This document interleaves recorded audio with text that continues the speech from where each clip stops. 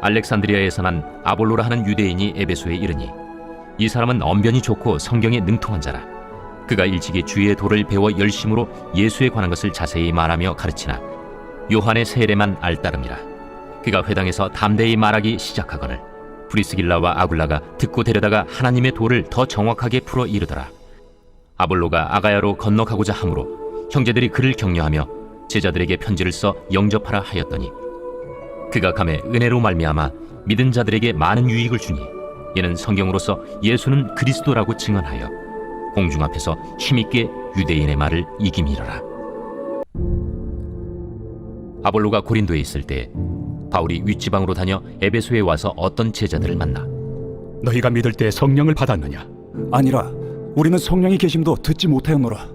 그러면 너희가 무슨 세례를 받았느냐? 요한의 세례니라. 요한이 회개 세례를 베풀며 백성에게 말하되 내 뒤에 오시는 이를 믿으라 하였으니 이는 곧 예수라. 그들이 듣고 주 예수의 이름으로 세례를 받으니 바울이 그들에게 안수하매 성령이 그들에게 임하심으로 방언도 하고 예언도 하니 모두 12사람쯤 되니라.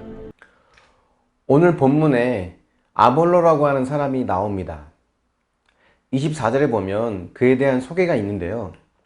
그는 유대인이고 알렉산드리아 출신이라고 합니다. 알렉산드리아는 학문과 철학의 도시로 유명한 곳이죠. 그래서 그런지 그는 언변이 좋고 성경에 능통한 자라고 이야기합니다.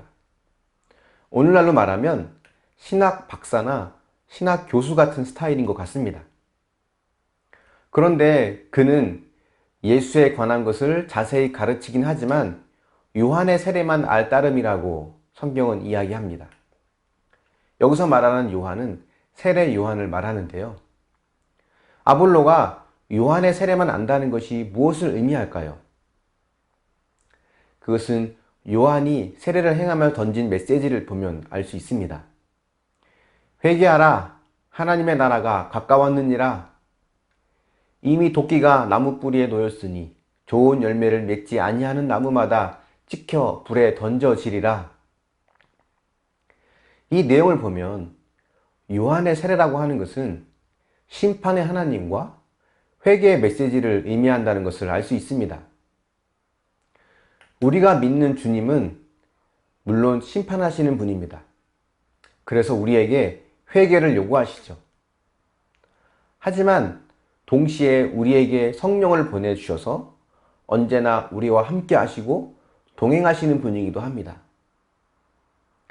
아볼로가 세례 요한만 알따름이라고 한 것은 그가 전하는 예수님은 심판의 하나님, 회개를 요구하시는 하나님 이 한쪽 면만을 전했다는 것을 알 수 있습니다. 이것은 아볼로가 틀렸다는 것이 아니라 그것이 그가 가진 한계였다는 거죠.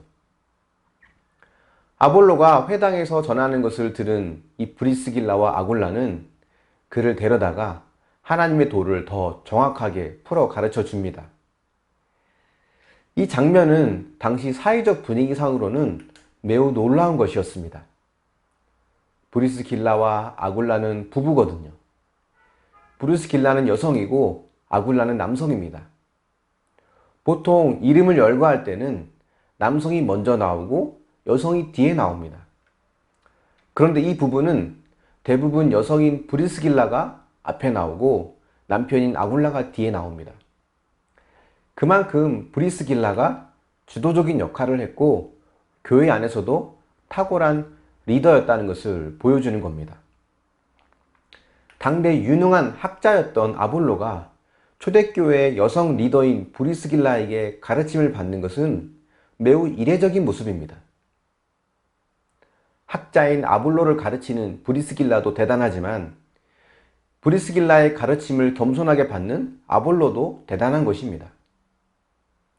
자신이 요한의 세례만 알았다는 것을 인정한 거죠. 자신의 한계를 인정하고 겸손하게 가르침을 받아들이자 그는 공중 앞에서 유대인들과 변론하여 기독교를 변증할 수 있는 그런 탁월한 믿음의 사람이 되었습니다. 그렇게 그는 그가 가진 지식과 또 성경으로 많은 기독교인들에게 유익을 주는 자가 되었죠. 19장에 이와 비슷한 일이 또 벌어지는데요. 바울이 에베소 지역을 방문했는데 그곳의 성도들도 요한의 세례만 알 뿐 성령에 대해서는 들어보지도 못한 것이었습니다. 바울이 그들을 가르치고 또 그들로 하여금 세례를 받게 하자 그들에게 성령이 임하는 일이 벌어집니다. 에베소 사람들도 자신의 한계를 인정하고 바울의 가르침을 받아들인 겁니다. 이렇게 자신의 한계를 인정하는 겸손함이 신앙생활에 매우 중요합니다. 우리 교회가 속한 장로교, 특히 우리 교단의 신학교인 총신대학교는 굉장한 자부심을 갖고 있습니다. 정통 신학을 고수하는 최고의 신학교라고 생각을 하죠. 하지만 많은 허물과 한계가 있는 것이 사실입니다. 그래서 아볼로나 에베소 사람들처럼 자신의 한계를 인정하고 다른 가르침에 귀를 기울이는 겸손함이 있어야 하는데 사실 그렇지 못할 때가 많습니다. 우리는 우리에게 한계가 있다는 것을 인정해야 합니다. 그뿐 아니라 저를 포함한 모든 목사에게도 한계가 있습니다. 배우고 경험한 환경이 극히 제한적이고 주관적이다 보니까 그럴 수 있죠. 또한 여러분에게도 한계가 있을 겁니다. 그래서 우리는 서로의 한계를 인정하고 도움을 주고받는 관계가 되어야 합니다. 오늘 말씀을 보면서 우리 안에 한계가 있음을 인정하고 겸손하게 배우는 마음을 갖게 되기를 바랍니다. 그것이 내가 더 믿음의 사람으로 성장하는 길임을 믿고 하나님 앞에 여러 가지 모양으로 쓰임받는 저와 여러분이 될 수 있기를 예수님의 이름으로 축원합니다. 묵상해 보십시오. 내가 가진 한계와 부족함을 지적받을 때 어떤 감정이 올라옵니까? 한계와 부족함을 인정하고 겸손하게 받아들입니까? 아니면 그들의 말을 거부합니까? 기도하겠습니다.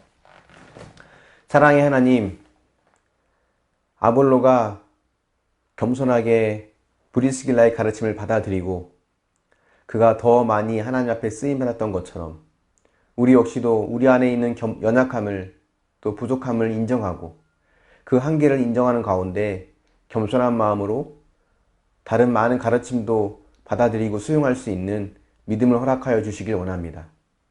내가 알고 있는 것, 내가 경험한 것이 최고라는 생각이 아니라 또 다른 경험과 또 다른 것들이 더 중요할 수 있음을 기억하고 겸손하게 받아들일 수 있는 믿음을 허락하여 주시옵소서. 누군가가 나의 부족함과 나의 한계를 지적할 때 화를 내거나 거부하는 것이 아니라 그럴 수 있음을 인정하며 또 그 음성을 하나님의 음성으로 듣고 더욱더 주님께 가까이 나아가 쓰임받는 계기가 될 수 있도록 도우시고 인도하여 주시옵소서. 감사드리며 예수님의 이름으로 기도합니다. 아멘.